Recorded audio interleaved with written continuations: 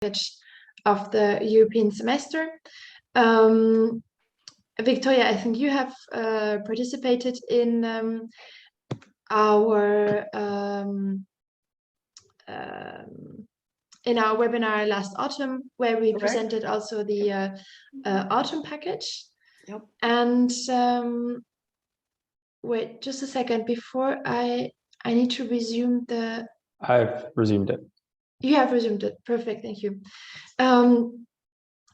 So we have presented, and when we presented the auto package, we told you that this year a few things in the structure of the European semester would change. And one of the most important ones was that there was no winter package. So the country reports have not been published as usual in February, but they have been published now together with the country-specific recommendations. So this is quite a change for us, change for our ways of working. And we'll need to figure out this year how this works and how we can still use those documents and use them in our advocacy work, and what kind of analysis we can now give, and how to feed into the general process. But I think I'm going to hand over to Sam now to take you a bit through what has happened last week. Yes. So I'm just going to give a brief overview of the spring package in general. So as you see on this calendar of the European semester, then we're in that May-June period where the spring package is released, and you can see here the different elements of the spring package. And so I will go through the most relevant or significant aspects of the package and explain a bit what they are in general and some specificities about 2022. So what is in the spring package?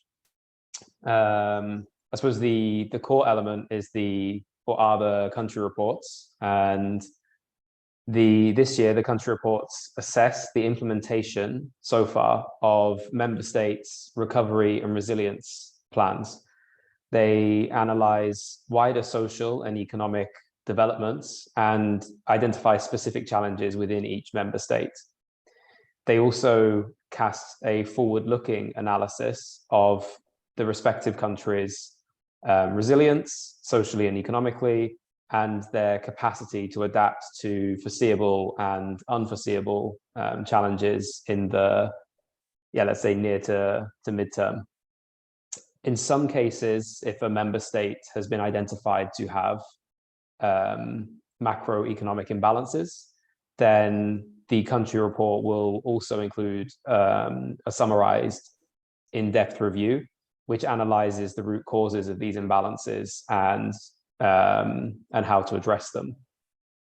This year, the reports incorporate a kind of gap analysis that highlights outstanding challenges or those that haven't been deemed to be adequately addressed by the recovery and resilience plans. And the gap analysis also considers recommendations or progress that's been made on recommendations that were made in 2019, 2020, and 2021. And it's these gaps that form the basis for the country-specific recommendations this year. Next. So that takes us neatly onto the country-specific recommendations, which highlight key issues which are identified in the country reports. So in conjunction with those reports, the European Commission presents each member state with a set of proposals in the form of these country-specific recommendations. And member states are urged to incorporate these recommendations into their own reform plans and into their national budgets for the forthcoming year. And as explained, when talking about the country reports, this year the recommendations are designed to fill those gaps, which aren't sufficiently addressed within national recovery and resilience plans, or where there hasn't been adequate progress made on previous recommendations in the past 3 years. But overall, their purpose is to address emerging challenges and to build up the resilience of member states and therefore the Union as a whole. Next slide. Yeah, sorry.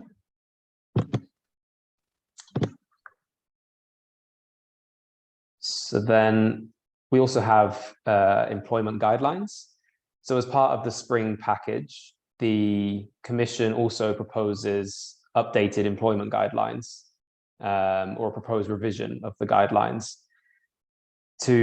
which are designed to guide member states' employment policies. So as a general principle, the employment guidelines set common priorities for national employment and social policy with the aim, or with the overarching aim of making them fairer and more inclusive.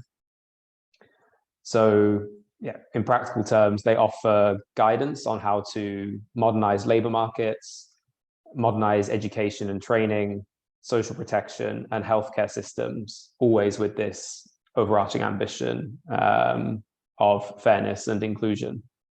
And in 2022, the guidelines have a strong focus on the effects of the pandemic, so the post-pandemic environment, ensuring a socially fair, green and digital transition.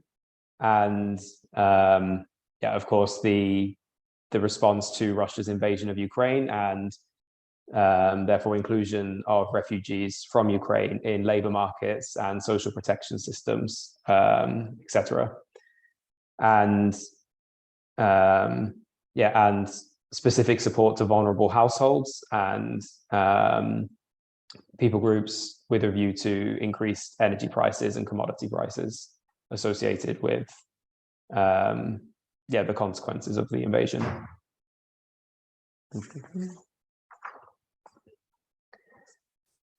And then within the spring package of the European semester, then there's the monitoring of progress made across the Union and within member states of progress made towards achieving the Sustainable Development Goals is also included. So within the spring package, there's a quite substantial Eurostat report analyzing progress made on each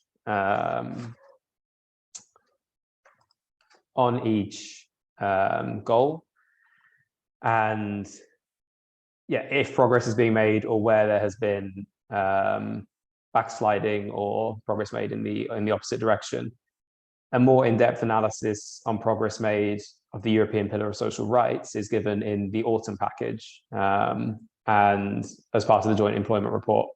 So in the spring package, yeah, we see this analysis of progress made on the Sustainable Development Goals.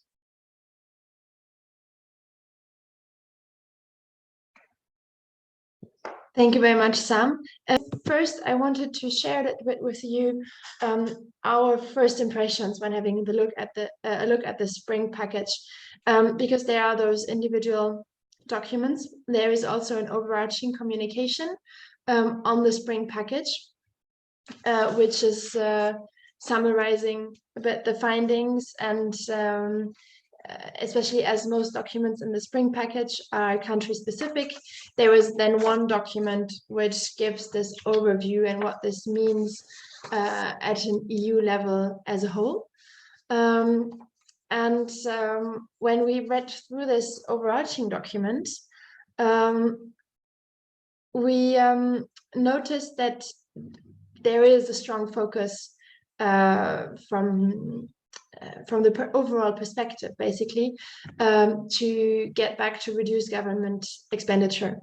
You really sense this, the fact that we have been through now the third year of very high spending because of the COVID crisis, now also the refugees from Ukraine coming in and the higher energy prices and food prices, etc. So member states are stepping in a lot. And this has been very much encouraged by the European Commission so far. But now there is really a kind of a tension throughout the document between the aim or wish to reduce government expenditure again and to reach some, as they call it, fiscal sustainability. But at the same time, reacting adequately to the crisis that we are still facing, and investing in actually many areas to achieve also this aim of the green and digital transition, as I say, without with leaving no one behind. So that includes this social idea, other social aspects. So there is quite a big tension between reducing spending and at the same time a lot of investments being needed. What we also noticed is that the social aspects are mainly addressed in the fairness dimension. So the Commission has already in the autumn package, they have split their analysis into, they call it the 4 dimensions of competitive sustainability. And so those 4 dimensions are energy and environmental sustainability, productivity, fairness, and macroeconomic stability.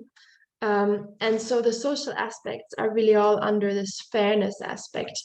And when we read through it, we felt that this is also the idea of fairness somehow is just very closely related to the labor market, to fairness in employment, etc.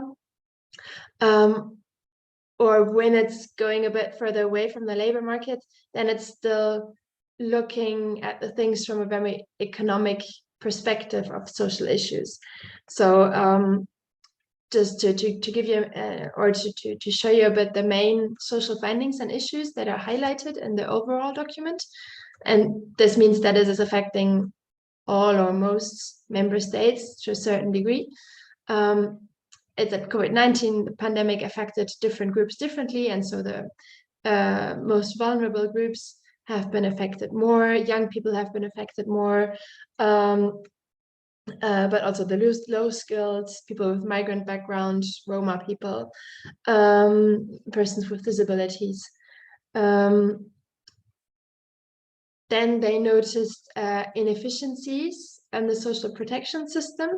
I find it quite interesting that they call it inefficiency. So it's again this more economic perspective on it. It's not really looking at what it does for the human people, but it's apparently the spending or the social protection spending is not done in an efficient way. But they don't even say if it's even adequate. We would more look at an adequate social protection system, so that which actually gives an adequate support to individuals or an adequate protection. But here so they look at it from an efficiency perspective. Then they're mentioning the problem of insufficient availability of social housing. Here again, they're not looking at homelessness or housing exclusion, but at the availability of social housing. I mean, of course, this is very strongly related, and better availability of social housing might help to solve the homelessness issue, but probably there is a bit more needed than that. But again, here it's really more this economic perspective. Same for the healthcare and long-term care systems. It's about their financial sustainability, about the workforce, and the resilience and quality of healthcare and long-term care systems, which are all aspects that, of course, we also mention. But again, it's I find it just sort of striking that it's the way of presenting is just very different from, let's say, our way of presenting the things usually.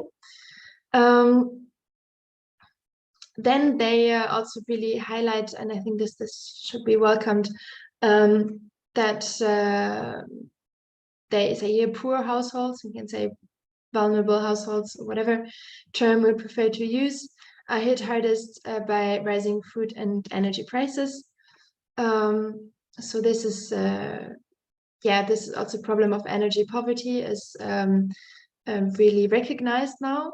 And then the final aspect of finding is that there are employment shifts due to the green and digital transition. Again, here they're speaking about employment shifts and skills mismatches. What at the end it means is that yeah, low skilled people, especially in the coal and steel industry, for example, are at high risk of losing their jobs, and we are struggling to find or our economies are struggling to find people who are trained in the new jobs, and it's very difficult to bring back, to move the people from those previous jobs and to reskill them adequately. And it's not only about reskilling, but that's more the focus that they have, this skilling and reskilling issue. So overall, I would say, and I'm curious to hear what your impression then is when you read through your country, or when we exchange about your country reports. The issues that we see are also seen by the Commission, and they are mentioned in the document. But it's seen and addressed from a very economic perspective and not so much from a social perspective. The human is just not so much, or is not at the center of the concerns, and it's not a human rights perspective that is taken in that document. Back, or if there is no other question or comment on this, I would hand back to Sam to give us a quick overview of the social country-specific recommendations that have been formulated this year.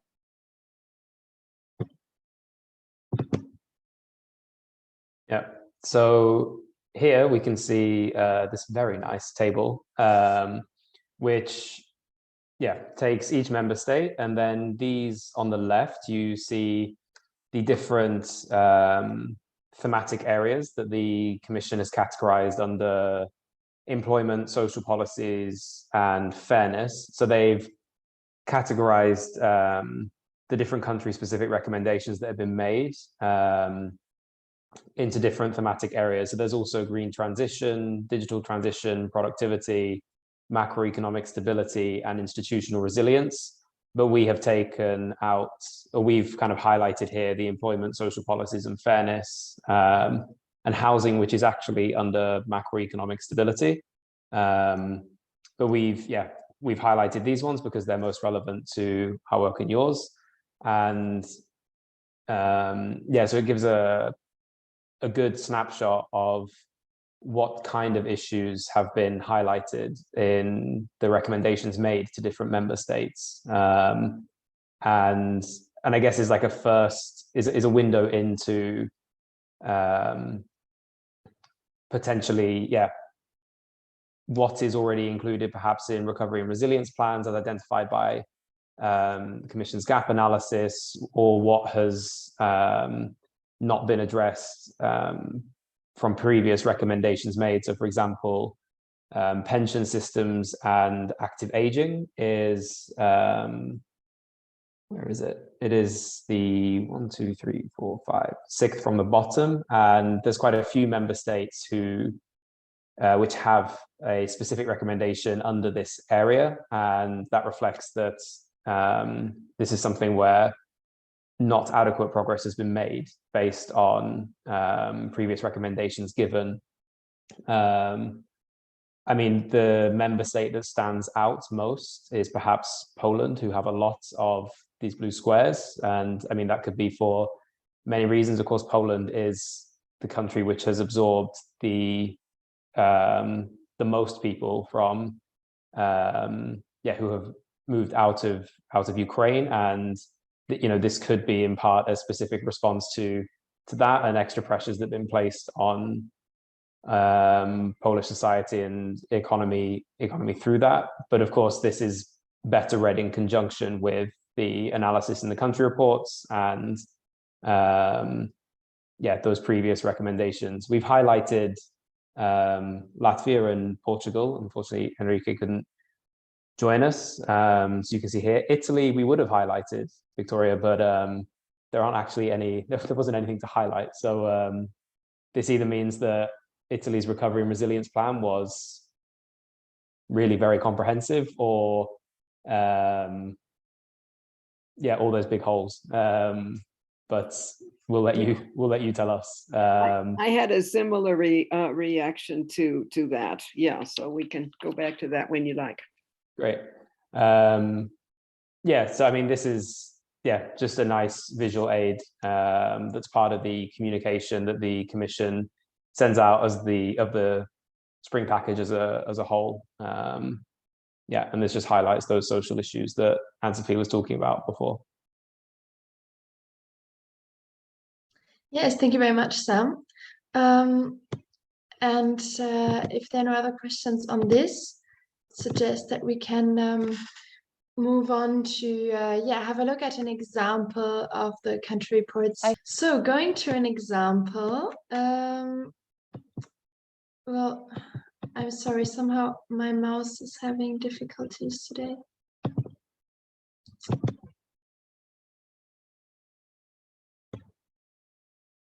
Now,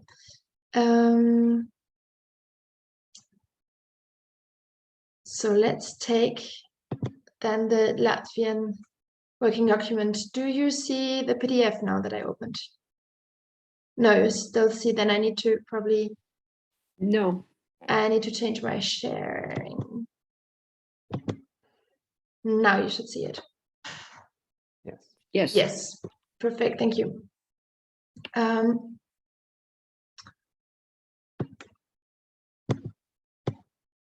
So this is the country report for Latvia. And so my idea is that we just go quickly through it so that I show you a bit how this is structured this year, because there has been quite a few changes compared to the last years. I mean, in their design and their structure, there's a lot in the annexes. And hopefully what I will do now will help you a little bit to know on which parts maybe to focus, which ones we believe are important to read and useful to read, and which ones you maybe don't need to go so much into detail. So we have at the very beginning this snapshot, which really gives an overview of like what are the biggest concerns, and and economic and employment, and you always need to read employment also as what we would call social aspects. So they have taken into account, of course, the Russian aggression on Ukraine. And then you can see here, for example, when just looking at the titles, there is a reference to the social scoreboard and the European Pillar of Social Rights. This means, that they are looking also at those social aspects also in this snapshot. So I think this is quite useful to read through to get a first impression. It's a bit more like an executive summary of the whole report. Then the second chapter, if you like, is the analysis of the recovery and resilience plan. So these plans, as you know, have been created following the COVID-19 crisis and economic recession. It's this idea of rebuilding, strengthening our economies and social systems following this big crisis.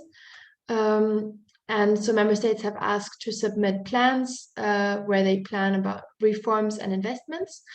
And here now the Commission is giving a bit of an overview of how they see this first year, basically, of the implementation of the plan, and really, evaluating also by, calling it ambitious, by looking into the different aspects. Here you have like the digital transition, what they are doing there, digital skills, and then here you have the challenges linked to poverty reduction and social inclusion will also be tackled by the RRP starting this year.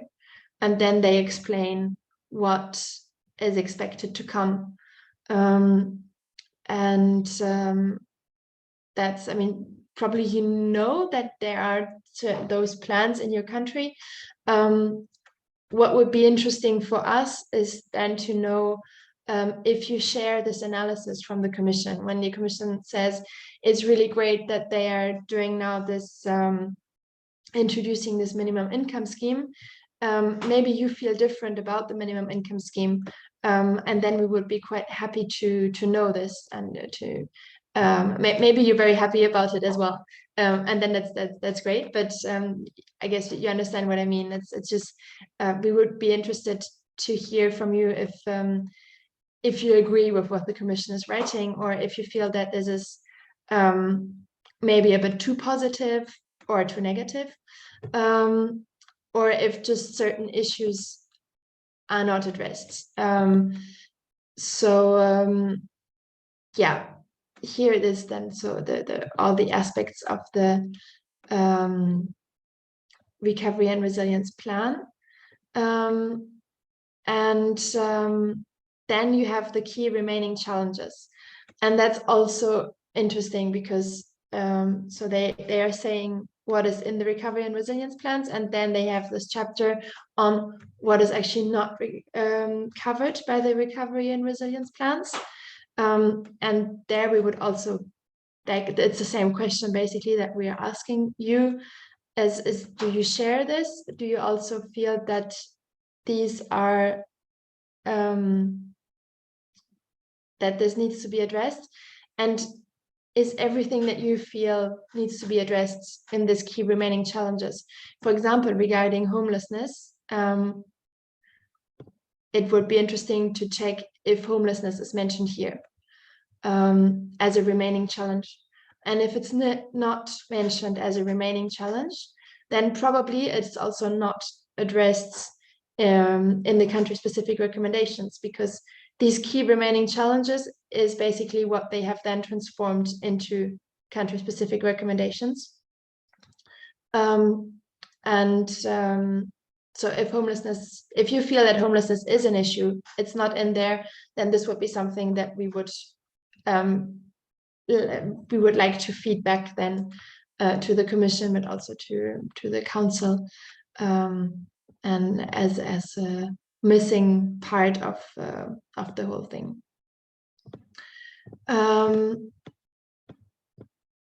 So for Latvia, this is actually relatively long, this gaps analysis. Then you have the summary, key findings, where you can see this as a summary part. And then we come to the annexes. So in the annexes, there are a few documents that are quite interesting, which might be the Sustainable Development Goals. If you're working on this, then it's interesting to see what the Commission's assessment is of your country's achievement of the SDGs. The implementation of the Recovery and Resilience Plan is interesting, because you can see how things are moving forward, and also what they have promised to do. And also the progress in the implementation of country-specific recommendations. So that's what Sam mentioned before. This progress in previous CSRs, so from 2019 to last year, and which is also kind of part of this gaps analysis. Then employment and social impact of the green transition. It's quite interesting to read, I think. And then you see here all those chapters: productivity, fairness. There I would have a look at the fairness aspect. It's basically going a bit more into depth compared to those first 20 pages. In the annex, then it's a bit of a deeper analysis, giving some more figures some more explanations. But I will not go through all of this now. I think that's something you can do. I just would like to show you this annex on the country-specific recommendations.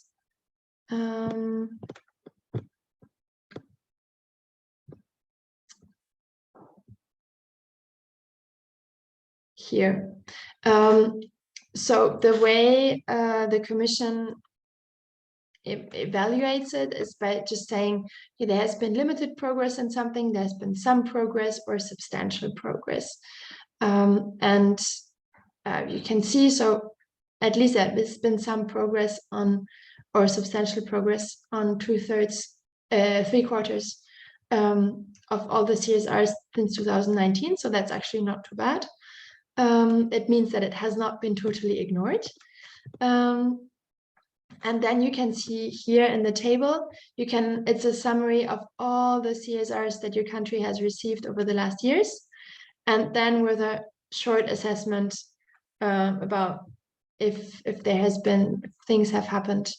And then you really need to read them quite careful to identify the social aspects of it, because sometimes it's a bit hidden. But here, for example, 2019, the second CSR, the first sub-recommendation is address social exclusion by improving the adequacy of minimum income benefits, minimum old age pensions, and income support for people with disabilities.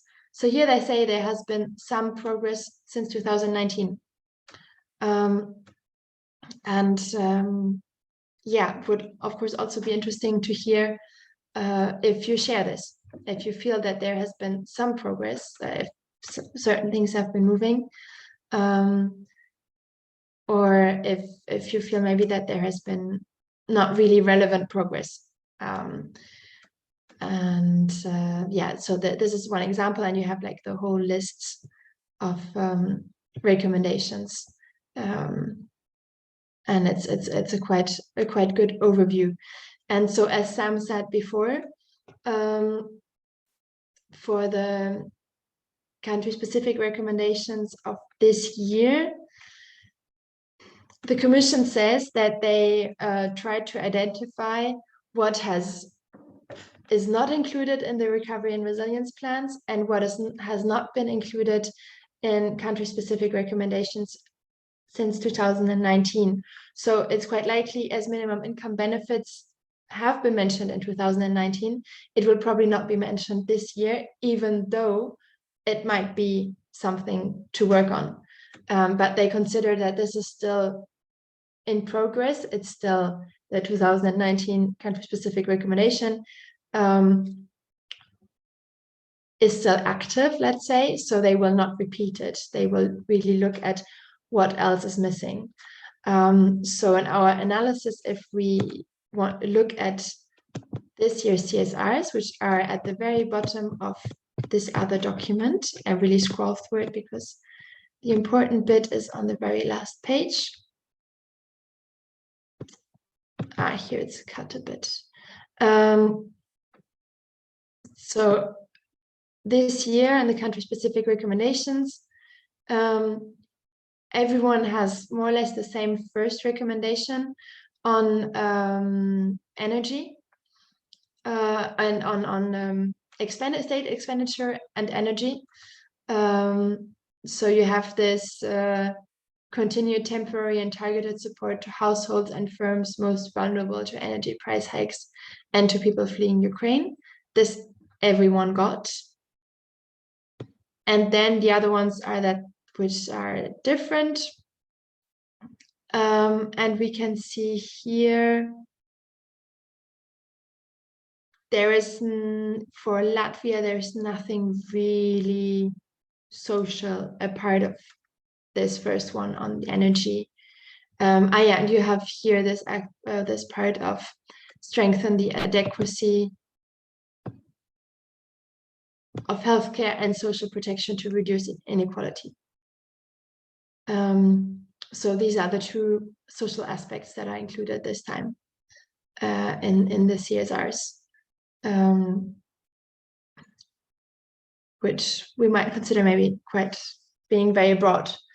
And then the rest is really on enterprises, on energy, etc. But yeah, so these are those two documents and how they are related to each other. And I hope I was able to give you a bit of a sense of how to read them and where you can find the interesting and important information. I'll just go back to my presentation, and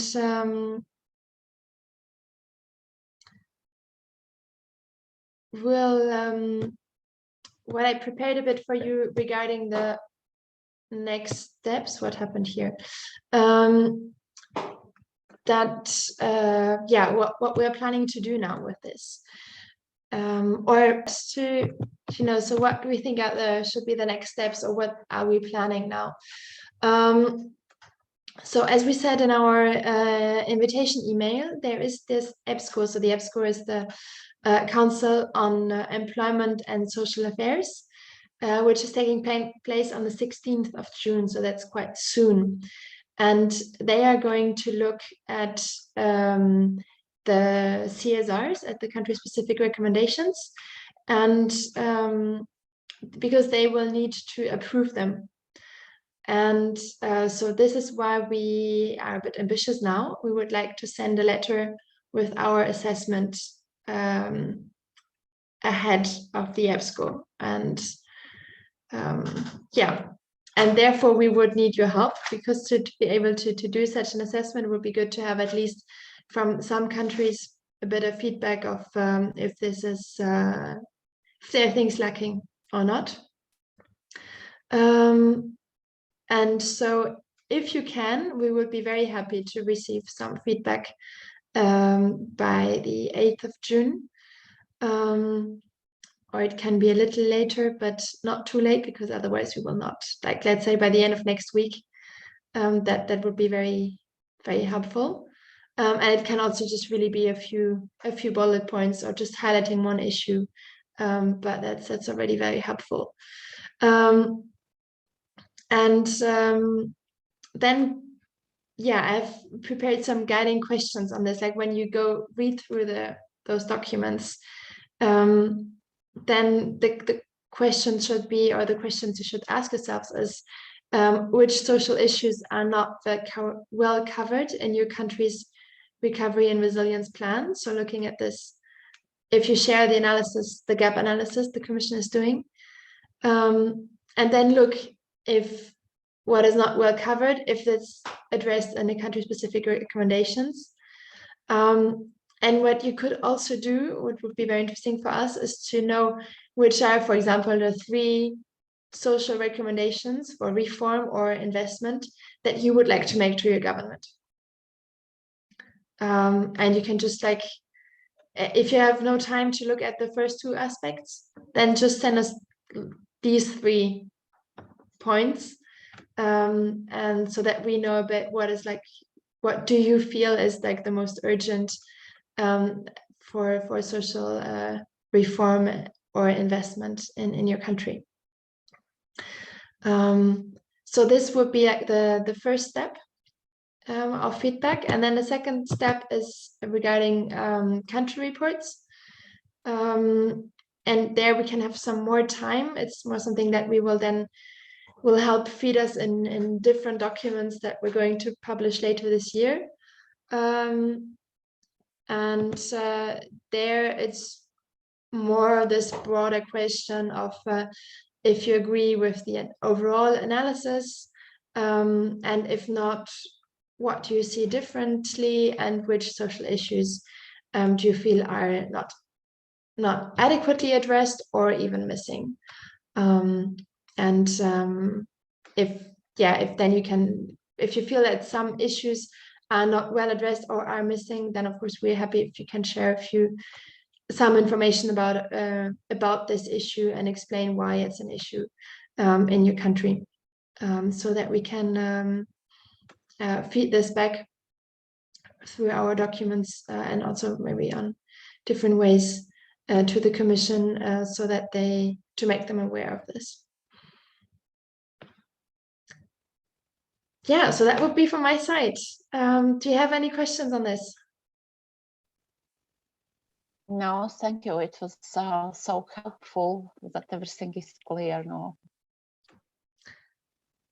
I'm very happy to hear that because it's very technical, it's very complex, and like, yeah, doing our best to break it down and to make it to see why it's useful to have a look at this. And we really have the feeling that this is, although it's nothing that's legally binding, but it's actually one of the best tools we have to ask the Commission to push member states to do certain things. It's working comparably well, so would be a pity not to use this tool. Very good. So we managed in time.